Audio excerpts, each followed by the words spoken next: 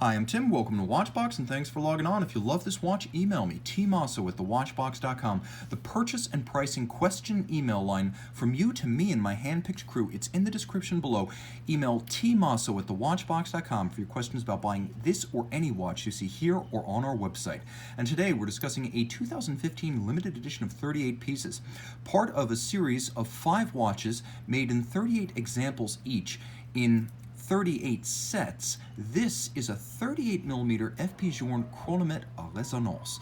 38mm, as this was the last series of 38mm watches built by FP Journe prior to the retirement of the 38mm case in 2015. So 38 examples of this Chronometre résonance exist, and as you can see in stainless steel, it's a handsome and versatile piece, not terribly large at 38mm. The other dimensions are equally reasonable, measuring 44.7mm lug-to-lug, 9mm thick on the nose with a 20mm spacing between the lug. Let's take a look at the watch on the wrist, being 38mm and less than 10mm thick, less than 45mm lug-to-lug. I can recommend this classic for a wrist as small as 13 centimeters in circumference. It's comfortable, it's nicely shaped with tightly downturned lugs that turn almost 90 degrees from the case band. It's elegant and it will easily slide underneath any dress cuff.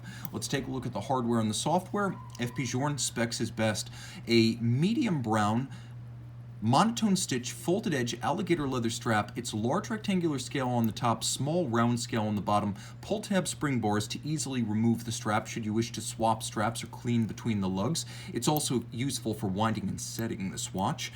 And then there is a full deployant clasp in matching stainless steel, polished and media blasted internally. The interesting thing to note is that deployant clasps are rare on FP Journe watches. Stainless steel deployant clasps, well, they're rare, like steel FP Journe watches, though the case band will be familiar as you have the domed bezel and the lip protuberance from the bezel and the case back that defines the linear mid-case. There's an integration profile to the lugs and then a lovely downward sweep around the wrist. I mentioned that the pull-tab spring bars are useful for winding and setting the watch, and indeed you can see how easy it is to remove the strap and wind both of the movements inside the case, as well as set both of the dials independently using that crown. Now the timepiece has a very subtle refinement that's easy to miss.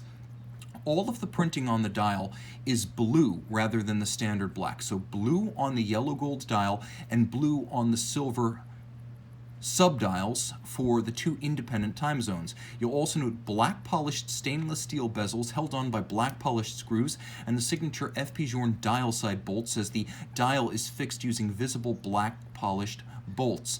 There is a power reserve indicator and it moves backward. It indicates 0 when the watch is fully wound because it will have been 0 hours since you fully wound the watch. It's a nod to the old marine chronometers that were always wound 24 hours apart in even intervals, so time since winding was more important than power remaining.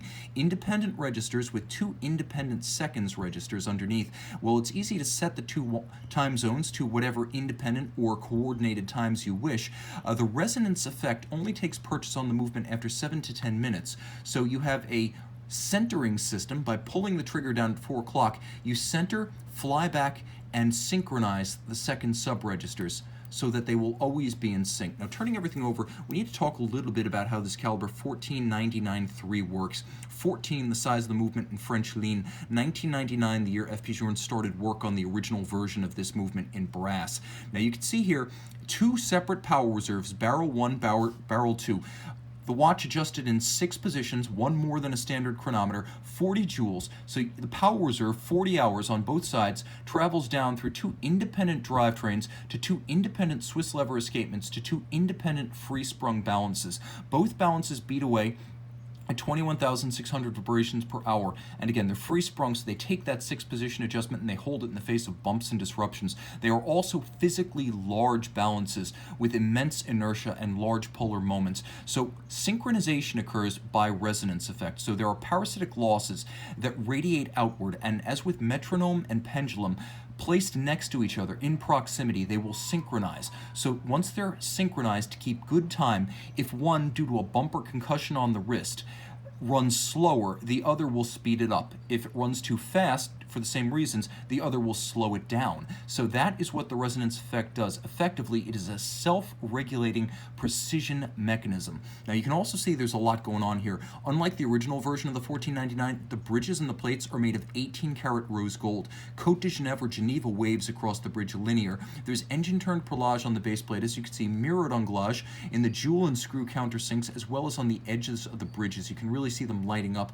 on this 38-piece steel limited edition. Now there's a rack and a pinion system at center, so the watchmaker, the FP Journe watchmaker, can adjust the proximity by moving one balance cock in and out using that little pinion. By turning that golden screw, you can fine-tune the resonance effect. That is for pros only. There is a pocket watch inspired elaborate click spring, and as you can see, there is a click wheel adjacent with a black polished screw atop each. A truly special watch, 30 meters water resistant, that will also function as a true dual time. One of the most collectible versions of FP Journe's most collectible watch.